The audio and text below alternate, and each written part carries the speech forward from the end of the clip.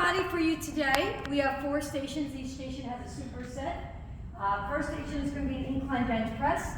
So it's important that when you do these that you actually are in front of the barbell because you don't want to hit your catch bar. So the bar has to kind of be behind you.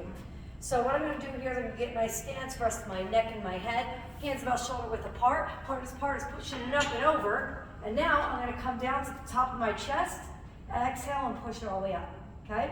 So this is working my chest and the front of my shoulders. So down and up. It's a really nice, comfortable position for your body. And you can actually lift heavier than you would if you were just doing a strict press. Your superset, you're going to grab a single dumbbell. I would say it's like 12 and a half or 15. Okay? And we're going to do our straight arm pushbacks. So this works my back of the arm, triceps. So I like to lean down the equalizer. So I always say this, if my shoulders were perfectly parallel to the floor, sink it. Sink that shoulder down with the dumbbells if the dumbbell's trying to pull you out of the socket. Then I'm actually going to make, so if you look at my arm, I'm going to make a V right here. So I'm making a V. I'm not going totally straight back and trying to get around my butt. I'm V pushing back, my palm to the ceiling, and I'm controlling it here. I don't want to swing past my equalizer. You don't want to be swinging, okay? You want to push, stop it. Push, stop it. Okay, so you're going to have about 10 to 12 here there and about 12 by 12 here. Back and forth for 4 to 5 times. Next station, you're going to get a band on and you're going to keep it on for the whole station if you would like to. Some of you don't need to, but if you want to activate your core and glutes at the same time, then keep it on. You're going to probably want, I usually do a fly with a 15. Yeah, I do fly with a 15. And then I'll probably do my pullover with a 25. Okay, so you're going to stay on your stability ball. You kind of stay in place and you have your double set and your single dumbbell. All right, we got all this room to walk all our balls out every which way. All right, so when I walk out, put my hands together here. I'm going to walk out until my neck is rested. I'm going to push this up.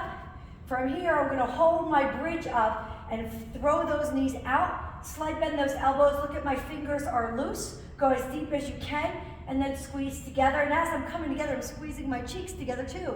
So you're working your core and your glutes. So all the way open, loose fingertips as you pull together, because when you do these, you're using your chest. One thing you don't want to do when you do your chest flies is fly over your face. I need it up below your chin. Okay, so we're flying over our chest, not up here. I see this too much. You're going to hurt your shoulders if you go open up that high with that weight pulling at them.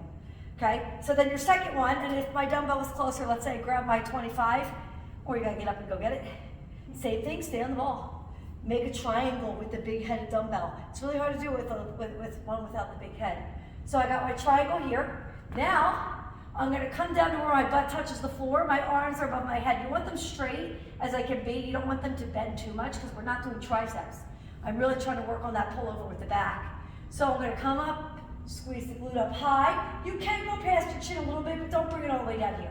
Okay? And then I'm going to sink back down. Now notice I am not rocking on the ball. I'm literally just going up and down. I see this happen all the time where we go here and we're like rolling and we're doing stuff like this. That ball should not be rolling. It should be up and down. All right? So 12 to 15 fly, 12 to 15 pull over.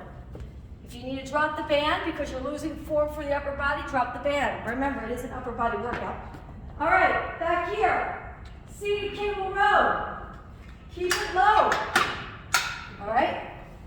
So let's see here. I'm going to start with the 42.5. Sometimes I need to put a plate in front of me so I don't fly forward. All right? I usually like to do these with a bench, but we're going to be using them. I used to put my feet in. So here, okay? You want to lean forward a little bit, pop and pull it back. Lean forward a little bit, let it pull you, and then pop it, pull it back. Just don't use your back to like the momentum to pull. This is really to stretch and elongate, and then pop your chest out. Stretch down, elongate, and then pop it out. Keeping it chest or below the chest for that row. And then your superset is easy curl 21s. 7 up, 7 down, 7 fold. So what that looks like is up halfway down, loose fingers for 7, all the way down, up halfway for 7, and then full range for 7. All right. right, again, those are all like 4 sets in a row. And now we come to our sequence, which I'll just grab here. All right, so this is the board. I would say 5 to 10 pounds for all 8 exercises in a row. So these are back to back, there is no rest. All right, so first one is a bicep curl. Okay, you can even do a hammer curl or you can do a regular, I don't care. The second one, so I'm gonna go 10 of these. Then immediately I'm gonna go 10 rotations, 2, 3. Then I'm gonna go to 10 punch outs, you can also call them W's. Maybe I'll write a W on there to remind us, okay? And I'm watching the board. Then I'm gonna go to a pushback, triceps. Then we're gonna go to a kiss for 10. Then we're gonna drop it down for 10 push-ups, okay? Then you're gonna come here, 10, 1, 1, 2, 2, 4, alternating, and then you finish with 10 lateral raises. So yes, it's a long sequence, but it keeps you busy and it's a full body burnout.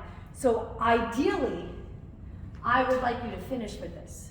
So if you could rotate between the major 3, and this is where you can burn out the end. If you have a group that starts on time, it might be best if the coach stands up here and leads the way at the end, and we go through like 3 burnouts at the end. So maybe if you guys can kind of coordinate in the morning, Julie at night, maybe she'll do this at the end with everybody. So this will be a great finisher where we all do it together because it is a lot. But again, it's written on the board. Pull back up this video if you need to look at it.